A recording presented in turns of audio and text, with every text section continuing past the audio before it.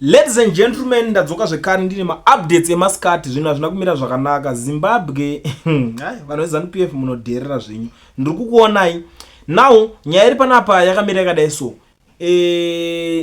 that guy wekunamibia anga ari main opposition iko zvinezvi, anga ari kunyatsotsumana neSWAPO because results ari kuti achibuda ende zviri kubuda pakuti SWAPO ruling party vanenge vachiti former liberation movement yakatungamira pamavotes, ndo zviri kuitika. So this guy weopposition ari kutaura kuti we will not recognize the outcome of this deeply flawed election, we will seek to nullify this process in the courts. Namibian deserves better.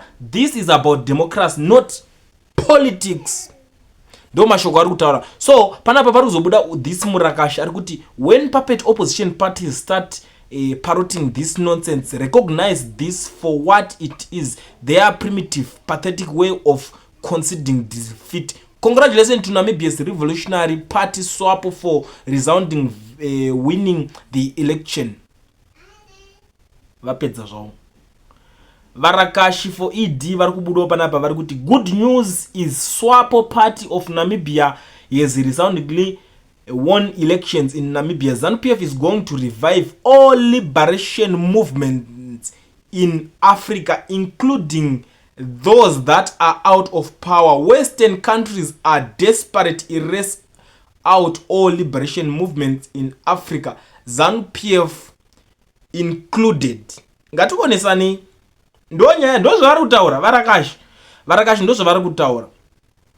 So inini chaita kundiuya panapa muri yeZimbabwe, inini ZANU-PF inongondiboha, ndiri kunyeberai. Kana wewe uchiboikana neZANU-PF uchidedzerawo kuti pasi neZANU-PF ngaibve yasakara yachembera, ita kuti alright, tanga nekulike this video right now kuitira kuti ZANU-PF yaboikane, ngaiboikane. Like this video izvezvi. Pane zvinhu zvandoda kukuonesai, handisi kuseka, this is serious business. Hatina nguva yemajokes, hatina nguva yekusekerera zvinhu zvisina nebasa rese. Because pane zvimwe zvinhu zvokuti imimi munozopedzera makunzwa iyo ZANU-PF yakuti aiwa because of this vakugadzira propaganda vanoita vachikanganwa zvimwe zvacho. Saka pavanokanganwa paya ndo patinoona maloopholes ekuexposa zvinhu zvisina nebasa rese. Panapa Nick Mangwana akabuda panapa, pane post ndakambotaura nezvazvo but that day handina kuda kuzviisa mumusoro. Nhasi manje pandanga ndiri kuona zvinhu zvese zviri kutaurika ndabva ndadzoka kune old post ya Nick Mangwana yakabuditsa marimwe zuro iyayo. Aritaura kuti accusation of Zimbabwe meddling in neighboring countries internal affairs are baseless and aimed at tarnishing President Mnangagwa's reputation as SADC chairman. We reject these claims with the deserved contempt. Ngationesane ichokwadi. Let's be very honest guys, as Zimbabweans we have to be very honest panyaya idzi. Ma accusations ana mbonza against Zimbabwe. Nick Mangwana ngamira kuti jairira ayo timbomira kuti pinza munyaya dzeZANU. Muri kubva kutaura maposta akasiyana-siyana panapa muchiti ZANU-PF is going to revive ma liberation movements ese mu Africa munomu tichinge chimabatsira. Muri kutaura zvokuti ZANU-PF mega pachena. Now maakunetsekana maakunzi ZANU-PF pese. Go to Namibia. Those guys were saying the ZANU-PF thugs vari kupindira nyaya dzema elections ari kuitika kunoku. Why vari kuda kupinda nyaya dzacho? Pari kunzi ZANU-PF thugs, hapanonzi Zimbabwean thugs.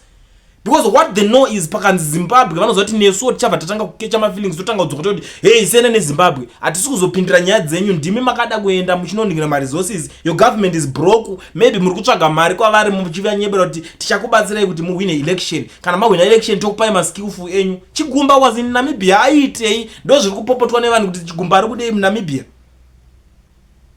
Ayo mira. Let me show you something. This is not as my jokes are true panapa. Let me show you something panapa. SABC presenter, journalist zvekare Peter Ndoro, he's a Zimbabwean but based in South Africa. Pane nyaya yakabuda panapa pachinzi ichitaurwa kuNamibia nditi kuindo uko vachiti Priscilla Chigumba was there and indeed all her tactics are mentioned above. Namibia will sort out this. They don't rely on God is in it. Urikuona nyaya pana paronzi Namibia havasi ku rely on that, vari kuzvipedzerana nyaya yacho. That's why that Namibian guy ari kuramba election. So Peter Ndoro ndo pari kuti can someone whose own election Zimbabwe was found wanting by SADC possibly lead an election observer mission to Namibia. Namibian political analysis Rui Tende said this is like asking hyenas to look after sheep. Parikunzi zvekuti Zimbabwe uye kunoita ngirigini ku Namibia zvakafanana kuti mapere ngaone mapere ona. Why? It's all about you. Uyu haasi kuningina ari kuti Zimbabwe uyu ndiye ari kuzotaura zveZimbabwe.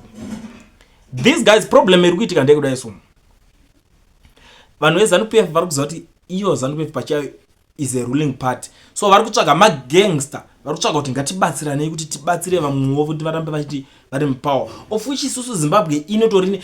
Let's focus on Zimbabwe. It doesn't make sense kuti muende outside the countries motanga unoti Namibia toda kubatsirai. Namibia is 10 years ahead of us. Let's be very honest. Go and check in infrastructure in Namibia. Iko zvinezvi muri kucelebrate that interchange nigrini iri kuZimbabwe, that yange roundabout ya interchange. Muri kuenda muchinoisa celebrate iyo pambudzi pepe. Interchange yatone almost 5 years or more ichingonzi iri kugadzirwa zichidarikira. Anditi muri yatone makore akawanda iri ichigadzirwa. Google in Namibia kuti ine mangani ma interchange acho. Google infrastructure in Namibia mutori ku zero. Pakatatarisa iyo zvinezvi tikitarisa infrastructure in Namibia totarisa yeZimbabwe imimi mutori kana ku 5%. Munotoda 10 years dziri serious dzekushanda nesimba kuti munge muchienda ikoko, but you are busy trying to help them nechi munei hatina chatinacho. You guys must focus on building our Zimbabwe since you are the ruling part of our country. Simple. Timi ruling party. Why are you wasting my resources? Kutomboenda ikoko mavakwedzire ndege dzacho vari kuenda nemari yavo muhumwe here. Ndiri kuti let's build Zimbabwe. Kwete zvonimozoti accusations of Zimbabwe meddling. Ipi pari kunzi ZANU-PF meddling, not Zimbabwe meddling. Hapana mbodzi Zimbabwe meddling apa.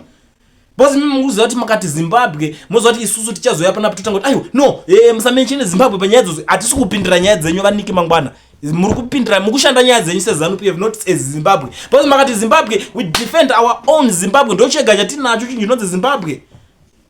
Hatina chimwe chatinacho, hatina, we don't care. Hatiende kuna na UK kwese komenenge mchiti hatitoina basa navo. We love our Zimbabwe. That's why mchiona toshingirira toti okay let's go outside tomboenda kuna na South Africa pamwe economy iri nani tombotira tohasela todididi kuti tikwanise kubuild our own Zimbabwe, to build our families, to provide for our families in Zimbabwe. We are not complaining kuti economy yakadhakwa, but you guys must focus on building Zimbabwe. Zvimwe zvese inonsense vari kuenda kunoitei ikoko. Muda kuzoti zvashata makuti accusations meddling Zimbabwe muri kunyeba uyo wezitauti ZANU-PF. Ndimi vanhu veZANU-PF ndimuita zvinhu zvenyu ikoko. Zimbabwe yapinda papi?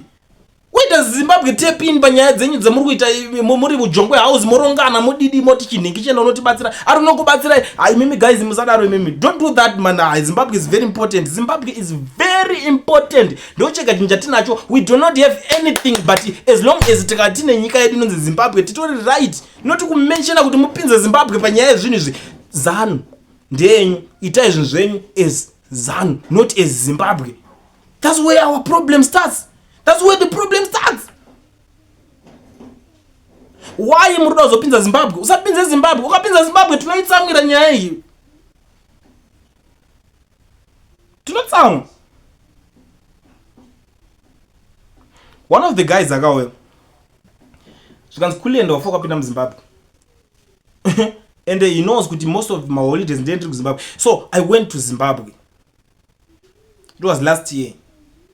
My day's election, I went to Zimbabwe. And I shika, I went to the election, vote. Pandadzokera. Bandita opinion Zimbabwe, banandiri ku Zimbabwe one. So anasekuru vangu inini. My war veteran from mother side, my father, my grandfather. vangatori muwo veteran food but he is late tatombotaura zvapenyu saka from mother side ivavo manje vanoti muzukuru weyo tione because you know those guys vanenge vanonakidzwa nokuti inini ndikasvika ndichivaonesa zvakadai aiwa nyika yapakadai so technology yakufamba so zvinhu zvakudai so only that so that's how I become muzukuru favorite muzukuru ngozati kwese kunongoti ne muzukuru mu favorite ka anenge muzukuru wedu so ndichivaye uchidza tichidididi mazwano kwane doro rakadai so nditombosvika ndombowatingira rwacho nditomboigira zvimabhodhoro zvimachichi test this one vomborova vachidididi vachitesta amadhara akura vachembera tikutaura zvevanhu vekuti vari kuma 70 something years now 79 years somewhere there so maove vanhu vekuti vakatorwa hondo chezvo ende havasi maoveteran naye yekuti vanoti vari kupopota kuti hatina kupuwa chakati vakarecognizwa zvinhu zvavo vakatopuwa bo havana pressure so one of the guys ndobva nditi ndakakuta wapinda muzimbabwe it was in December last year December ndapinda muzimbabwe seko ndiri muzimbabwe vandamusendera location vavaita zvakaita vakomana 2 varowa mota yavasvika parural areas ana old madhala vakagara zvavo vazikanzi tatoda kumbona mukomana uyu anenge achingotaura zvinhu zvisina nebasa rese zvaanenge achitaura zvikanzi zvechiko uri mupurisa here kanzi ndiri musiyaiwo nemupurisa uri kureva kuti chii une dhoketi ane mhosva yechiyapara aiwa anoti ngaitaura zvinhu zvizhinji zvikanzi mutore unoenda naye kupi mambama vakapuwa ndizimboziva kuti vakomana vatone mweya ukondo ndinoudza munhu akutuma bhosi wako iwo kuti auye amutache ndinamufonera kuti abve kuSouth Africa auye aite Christmas ari kunoko yet iwewe wakuda kutanga kutotaura kuti zvoni afana kuuya muZimbabwe takaendera kuhondo tikanoirwira wotaura kuti iwewe muzukuru wangu otadza kuuya in this country Zimbabwe ndakarukira haana mhosva yapara yekunzi ari kuningina just because of haasi kuwirirana nemaideas ezvinhu zvamuri kuita but Zimbabwe takatoirwira ukataura kuti takatoirwira kana ari kuita something chekuti ari kuita against yatakarwira Zimbabwe aiwa mutore aende but kana mukuita zvekuti ari kutaura because of imimi the way yematongera muri kuita ekupengaya mobva mataura kuti iwo woto watumwa vavatadza zvavo vavadzokera vakomana buditsa tupfuti but kwatorwa vakazofona mabhosi vanhu vakazofona kuti atsakungokumbirawo zvedu futi nzebasa rechiwe takazishandisa kuhondo makaura vashoma ndizvatanga kudzwa so why am I saying this there was a guy akauya achitry kuda kundichallenge apana apa nine from Zambia you have to stop what you are doing I'm giving you 3 days ukundipa 3 days indikuta kusera ndira location ndiyena singazive pandogara muSouth Africa muno ndiani I don't know how many times pane vamwe vakatombouya ndati ndini mandiona mama tikudi but the fun thing is kana muchinge mapinda kuno kuSouth Africa munenge mama security guard amusisina that power so you can't take me ndono dokutora sign neighborhood watch chaicho neighborhood watch no ndisatodedza police SAPC tisatavadedza masabsa tinenge tato nigirike so it's something chekuti inini when we are talking about Zimbabwe inyaya yekuti zvinondibata moyo we are fighting for a better Zimbabwe ana sekuru vedu vakarwira a better Zimbabwe vakairwira vakati we are fighting for a better Zimbabwe anditi because Smith neteam rake vaita the way yavaida nenyika isiri yavo tadaro pabva pauyo timu iri rimwe raapo iri vakuita kunge vari kungoita zvinhu we understand kuti ma mistakes ariko pakuita zvinhu but zvimwe zvacho maitira munenge makuzoita what's the use yekuti what's the purpose yekuti munoenda mosvika kunopindira nyaya dzezvima election zvinoitika kuBotswana munenge muchiendesana china masa unongochenda unoteka naye mudhara wengu what were you doing there zvinotibatsira ichi isusu as Zimbabweans because let's deal with Zimbabwe. Look at what Trump is doing right now in America. He's protecting the interests of his America. And because akatonzwisisa task kuti ndakuto protect zve America chete pana tomboti America yedu ive a better place. Ndopa muri kutanga kuti Namibia mapindira mudono dare zvinyaya zvikoko Mozambique mudono this one is not a secret Daniel Chapo aiuya achita ma meetings zvaiuya achinoita kuZimbabwe aiuya achinodei aitsvaga mentorship yekudi akusina peace kuMozambique iko zvinezvi akusi kugarika akusi kudyiwa rino peace akusi kurarika all those guys vari kuita zvinhu zvinorova ikoko moya kuno motanga kuti ayo nyaya yekuti Zimbabwe is meddling. We are not talking about Zimbabwe here. Pedzerana ne political party yenyakadhakwa yeZanu PF. Pedzerana imimi maenda kunotokonya nyaya dzevanhu as ZANU PF, not as Zimbabwe, because dai makaenda as Zimbabweans mungadai makati consulta makatiudza kuti vana vevu takumboendawo kunopindira nyaya dziri kwakati kuri kuitika chinchi, amuna kumbotiudza, amuna kumboti suma. Pedzerana nyaya dzenyu. In Namibia tine mavideos, kana mune video riri kunzi Zimbabwe is meddling, tiudzei, tiratidzei video riri kunzi Zimbabwe, tipindire nyaya yacho isusu izvezvo, tipedze nayo, tipedze navo izvezvi. Unofunga kuti mbori nebasa nazvo here izvo? Atiteerere izvo sizvo zvinone basa rese izvo, atiteerere izvo. Vanotozviziva, havatotange vanhu ivavo, ndikukutaurirai, I'm telling you the truth. Havatotange Zimbabwe nei, because vanoziva kuti tiriko isusu. Iko zvino zvimabhizi maakucelebrata nyaya yekuti Namibia chichi mapapeti chinchi. Imimi ZANU PF muri mapapeti futi eChina, muri mapapeti futi eRussia. Kana muchida rambai izvezvo kuti muri mapapeti. I know how to speak Chinese fluently. Ndikugadzirire 15 mavideo izvezvo ndichitaura naye president wechina kuti muri kuzviramba muri mapapeti acho. Rambai izvezvi, rambai izvezvi. Zvinotibatsira chiko. Hazvichashande zvikunzi ningi puppet nga hazviunze food patable. Let's build our own Zimbabwe. Ndochinjega chatinacho, tingori nevhu redu, titori right takadaro. Peace kona kwedu uno. Zvakatoitika zvakadarika. Hapana time yekuswera zvamune muchiswera muchiita mukuti mutoda kumbofighta kubatsira munhu kuti afighte opposition nekunyika kwake. Zvine chiko nesu zvinotipeiwe, zvinoudza hupferewe.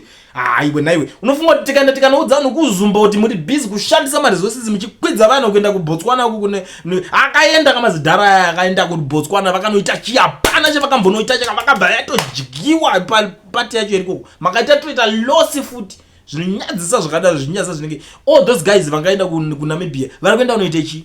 What were they doing there? Vakaenda kunodii kuNamibia? Nothing. Apatorina. Vasiye vanhu kuNamibia vapedzerana election nderavo. Mozambique vasiye vapedzerana. Chiri kuitika nchekudai so hazvina kushata kuti muende muchida kuzova assist as ma sister parties zvomunenge muchitaura nditi. But kana for now Zimbabwe ichinzi ndo SADC chairman Zimbabwe anditi garai munyika menyu vasiye vakadaro so that kana vakuzoda help vanokwanisa kuzouyawo vachibatsira vachikumbira kuti please SADC tibatsirewo tatadza kunzwanana. Sa now vachauya sei? Zvarakashi zvimachinchi congratulations Swapo must win. George Charamba nobuda chitaura kuti Swapo must win. George Charamba iwewe ndiwe spokesperson wa president Mnangagwa. President Mnangagwa ndo SADC chairman iko zvinezvi wobuda uchitaura kuti zvoni Swapo must win. Kana Swapo vakatadza kuwirirana ikoko ne political party ye opposition vachauya sei kwamuri iwe uri spokesperson wa president uchitaura kuti zvoni Swapo must win. Zvinoshanda chii?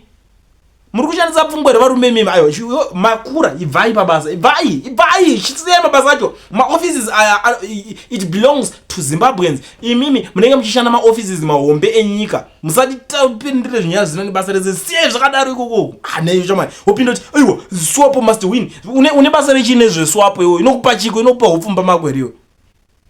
Asi ukati ZANU PF must win atipindire nyaya dzacho tongoti ayo nyaya dzenyu that's the political party unoshandira but kwete kutotanga kuti Swapo must win iwo uriwe SADC chairman muri kuspoila zita reZimbabwe. Now Ian Kamanga kubuda chiti kana zvadaro Zimbabwe ngaibve because of you guys kuti munenge muchitaura nyaya dzokuti Swapo must win. How many posts bokobuda chiti #Swapo must win? What does it help to Zimbabweans? Zvinotibatsira chi? Zimbabwe ine ndedu bvanzi Zimbabwe yonzi yeda kuti kanganiswa because of you. Ndo sati munozobva ipapo muchimhanya ndimo vanhu vafana vanenge chikonzeresa unochikonzeresa mfanewo. Azvisi right izvo zvinokuchita kuchitewo mfanewo charamba. It's not normal, it's not logic. Iyo Zimbabwe isidiki maniwe. Aisidiki. This is nonsense. Munopindira nyaya dzekuti hete unopindira unobatsira nechi munei. Zvimwe tarisa go to South Africa zvinoudzwa kuti munhu ari kubeta ari kutamba zvindege ku South Africa munomu. Ena unobvunza kuti vanhu vanotamba chindege mu South Africa muri kubatirwa 10% tax here na Ramaphosa. Go and ask them. But because of Zimbabwe is broke now, makutaka kudonengena. Let's focus on that, guys. We are focusing on this. We are putting these taxes because nyika yedu broke. Vanhu vambotsamwe boss vanoziva kuti as long as zvichibuilda nyika yedu yeZimbabwe hapana chakashata. But moitanga makutora maresources muchida kutanga muri unopindira nyaya dzekune dzimwe nyika muri kunopindira muri kunova vane basa reiko vanotibatsira nei? Zimbabwe is for Zimbabweans. chero makatanga kuti Zimbabwe kwacho kuna ma opposition we don't care about opposition parties, we don't care, we care about our Zimbabwe. Isusu tikutorarama panapa tichafa totosira vana vedu vakutorarama muZimbabwe, but let Zimbabwe be a better place. Ngaive a better place. Munhu wa spokesperson wa president anoswera achingozhinya zvina nebasa rese dununiwe achingozhinya. Unonjezhinya chiko imbomira yo ofumadzana tiri mungapana kuti tinochitombochka here ku. Now Niki Mangwana ari kuti Mozambique pause separating facts and fiction. Total registered diaspora voters 331,939. Number of polling stations in Zim, it was 60 polling stations. And it ma polling station election which means I could confirm what Van Zimbabwe have voted swap. I mean whatever Mozambique. Number of polling stations in SA 359 results. Ndoma nikinanga report Daniel Chapo Flerimo 4,912,716,000. Venancio Mundlale Pedemos 1,400,000 and something different 3 million something. Charon duwe nenya ip ari kuti Mozambique pause separating facts and fiction. Dzimwe nyika dzinzwisisa zvema facts zvomene mchitaura vaNiki Mangwana izvi zvokuti propaganda munofana kunzwisisa ma facts machinchi unorohwa mambamo nema facts ako because avazvi kana vakatokudzwa kuti atisi kunzwisisa usambotry kufungudza kuti uchasvika ubva convince kuti aiwa munofana kunzwisisa zvinhu zviri kuitika zvei. What's that? Use common sense guys. Common sense zoshandwa Zimbabwe chete. In Mozambique, they don't know what you call common sense. Like, zvamuno muchita mzokuti munobva matozoti Zimbabwe, maZimbabweans vari easy colonizer because vakatocolonizwa neBhayibheri. Because vakasvika vachitoudzwa zvinhu zveBhayibheri pakacolonizwa Zimbabwe paya. Saka iko zvinenge zvichitokwanisa kungodza kuti mafacts machinji vachikuteerera. Dzimwe nyika hadzizvinzwisisi because hadzina kucolonizwa neBhayibheri. Handisi kutaura zvinhu zvekunyeba, vanhu vanoenda kuchechi munogona kecha my feelings, but it's a historical fact. Munokwanisa unozvitarisa Zimbabwe yakacolonizwa neBhayibheri. Ndo nyika yatoti nyika yedu izotanga kutotorwa. Tarisai makaenda kuchikoro munokwanisa kuzviona. It's a historical fact. Handisi kunyebera. So ZANU-PF is taking advantage of that because vanenge vachitanga kuti aiwa iva vada kutanga vari kushandisa common sense kune dzimwe nyika. Dzimwe nyika dzinongotanga takutorwa. Ngatirwe. Tarisa madhara edu akaenda kuhondo. I'm so proud of madhara vakaenda kuhondo. Zvimwe zvese tozotaura zvimwe zvese vamwe baba nyongara nachimbwido vachitya handikwanise kuzvidairira zvezvinhu nditi but kutaura kuti vanhu vakanyatsoita kuhondo vakanyatsoziva kuti Zimbabwe tiri kutoida back. Smith akarohwa akamhanya akatiza akataura kuti vana veZimbabwe vajamuka. So kurwira kwaakatoita that spirit yanga nemadhara iyoyo iyazotiza sei kune vamwe vanhu vaboko vakaenda vakanoriska upenyu. Uchiziva kuti baba venyu vakaenda vakanochiriska chinhu ichi unonyeba iwe unotoziva kuti takutongoita zvese unoziva takutoita zvese. Anyway tiri kusangana imwe nyaya panapa kuda paThe Standard. Zim over 300 villagers at Arnold Farm in Mazoe, Mashonaland Central on Friday held a demonstration against maneuvers by one of Vice President Mohadi's sons to evict them from property they've called home for years. Vanga kudemonstrate mwana wa Kembo Mohadi kuti mwana wa Kembo anga kuda kubuditsa vanhu pafamu chitinde rake. Iyo vanhu vachitipa makore famu iroro ranga ratopamba vachitaura kuti ndopamba pedu. For example, if you go to Harare South, there's a place called Hopley. Hopley yanga iri farm, raitonzi Hopley farm. Farm riri muHarare, in case you didn't know, but zvakatoitika. It's a historical fact. Tikamboti historical fact. Zvotozikanwa. If you go to the other side of Harare South, what they call it, Churu something, they call Churu farm. Iko zvinhu zvafanira kuti munhu iye anongodzoka ngoti Churu farm ngoti vanhu vari papa vese budai. Ipo pakutogarwa. Murwa ndo zvakaitika kumazoe. So pari kunzi anga ari kutaura kuti pamba pake mwana wa vice president Kembo Mahadi ava munenge muchita vana maskanda wa saka anga kuda kunovadzinga vanzi ungatidzinge zvako zvekuti babako ndi vice president ndezvako zvita kuti demonstration. That's what happened. And then ndikusangana imwe nyaya panapa. ZANU-PF is celebrating victory panyaya yekubhindura South Ward 10 maby elections akaitwa. Result ranga rakabuda rakadai so. ZANU-PF yakawana 1149 votes, independent candidate akawana 40 votes. And the ZANU-PF is celebrating vari kuti still loved by the masses, which is not true. Ukaona ZANU-PF iri kucelebrate, ZANU-PF haina kana one recall rayakamboita kubva pakapera kuti election. Chakaitika nje kuti ZANU-PF ukaona ichitocelebrate zvino ichiti still loved by the masses. Election rakaitwa ZANU-PF versus team Chamisa. ZANU-PF yanga yakadyiwa masides SAY. So these guys, I don't know what are they doing because nezvi vari kungotanga kungoita maricalls and vatanga vari kudonita maseats iwayo kuZANU-PF. Saka ZANU-PF ndo pairi kuzowina but still loved by the masses. Dai ZANU-PF maidiwa nevanhu vakawanda. Maifanira kunge makawina macities iwayo kudhara musina kuzomirira kuti paitwe by election kuti muzouya because muri kuona kuti opposition muZimbabwe for now hatina mazichindaya politics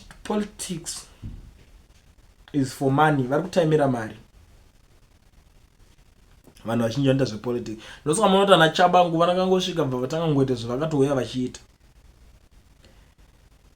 zvese zviya chavari kuda kungoita kungoti kumhuri kwangu kune nzara saka inini ndatowana mukana wekuti ndikwanise kunge ndichitoita zvandiri kutoita ndobva vatese ndo matengesera vanenge vakuzoita zvinhu izvi. But not kuti toti hey ZANU-PF is still loved by the masses. I don't agree. ZANU-PF haina vanhu vanotomboida. Fanaka pabhindura padhuze apa hakuna munhu anoda ZANU-PF kubhindura. Handisuziva kana iri bhindura ipi yamuri kutry kutudza but yakatonge yakatowinwa neCitizen Coalition for Change. But I don't know these guys veopposition kuti vari kuzvifambisa sei zvinhu zvavo umbudza kuti Mube adai so, Chabangu adai so. I don't understand. Ndo zvinhu zvinochiitika saka disorder iyo inenge ichizoitika inokonzereswa nezvinoikonzeresa. Saka ZANU-PF inozongotora advantage yangoti takutowina takutotora vanhu veZANU-PF yagara inotongori kana ine mafollowers ayo 1000 something iri kutaurwa iyi 1000 something by election iri kutaurwa iyi maresults aya akatoitika ndo ukatodzoka back kumaresults ekumashure ndo same number yonotowana kana kuti iless. But Citizen Coalition for Change yachamisa peka uyaka inogona ngeitorwa kana zvokuma 5000 kana 7000 something iri ku 1000 ukuzvona. Saka yanga tori number itosekesa kudhara but iko zvinezvi hakuna munhu ari kuda because apana there is no Chamisa's face in this by election. Apana Chamisa ari kutaura nezvake. Saka zvimwe zvimapati zvese makada kutira kudzokera muchinoita indigirikini muri kubva mangonodyiwa ipapo chete ndo zviripo. But anyway, it's a topic for another day. Muri Zimbabwe ndangoyo nhasi kuti ndikuzivisei nyaya dziripo. Muchandiregererawo zvenyu handiwanzopopota like this but munoona kana pachitaura nyaya dzeZimbabwe ndinobatikana because chandinoshuwira I wish a better Zimbabwe yakaenda ikanorwirwa nemadzitateguru nemadzisekuru edu kuhondo kuti tiri kudawo Zimbabwe yedu back. Saka Zimbabwe yedu kana yakutorwa for granted nevamwe vanhuwo zvavo vari kungoya because of vari kuda kuti vapfume iyo tinopedzerana. Titoripo, we are ready for anything. We are ready for anything. We are ready for everything. That's why ndauya pano nhasi kuti ndinge ndichikuzivisai zvinhu zviri kuitika. Anonzi Kuliend wacho ndini. Kana muchinge mune zvekutaura ngatisangane mucomment section. Kune vanenge vachine shungu dzekundichikidzira sorry zvenyu ende munochikidzira vana venyu inini handina kana chandinokutyai vamwe venyu matochembera kudhara. Saka kana zvizvo kuchikidzirana handitokutyei futi hamuna chamunoziva. Umwe akatanzi ndiri kutokuona pauri ipapo paSouth Africa ndine technology hamuna chamunoziva. Unoona unozoona foni yako futi ndatoipinda yamufoni mangu saka musanditanga kuda kunditanga kwandizozonditanga uzoshaya kuti foni yako iwa usina access mufoni wako unozoshaya zvafamba sei nyaya dzidzo musazitaure. Saka ndinge ndito ready. Anyway, ndo nyaya dzandangoti ndiuye nadzo nhasi. Ngatisangane mucomment section my friends and my family. Let's meet in the comment section titaurirane nyaya dzepana munozoona se inini ndataurawo pangu napedza but ndiudziye kuti muri kuzviona se very soon ndiri kuintroduce ndiri kulauncha dzimwe phone number ndokuisirai so that patinenge taita video tichazopota tichiita part 2 yevideo kuti munenge muchisenda maaudios muchindiudzawo topa taita second video expressawo kuti nyaya munenge muchidziona sei. For now dzanga dziripo namba dzendakamboisa dzedza ndakadzibvisira nyaya yekuti ndanda kuti ndikaisa namba ndanda kushaya hope vamwe vakuya instead kuti tinge tichitaura vamwe vakuya vakundithreatina vakudidi. So now tatichimbogadzisa nyaya we are almost ready now. Taisa munhu anekuti anenge achimanager phone number idzodzo mukaisa maaudios enyu ese anenge achizongotipa maaudios. Ndichavhura phone number dzemaaudios chete dzatinenge tichizouya tichizoisa part 2 ye each and every video retinenge tichiita. Zviri zva December uno ayo nhasi ndati ndipfure nepanapa. Ngatisangane mu comment section. Thank you so much for watching. Ndokutendai. Usazokanganobva panapa walike kahaza anonga iboyikana.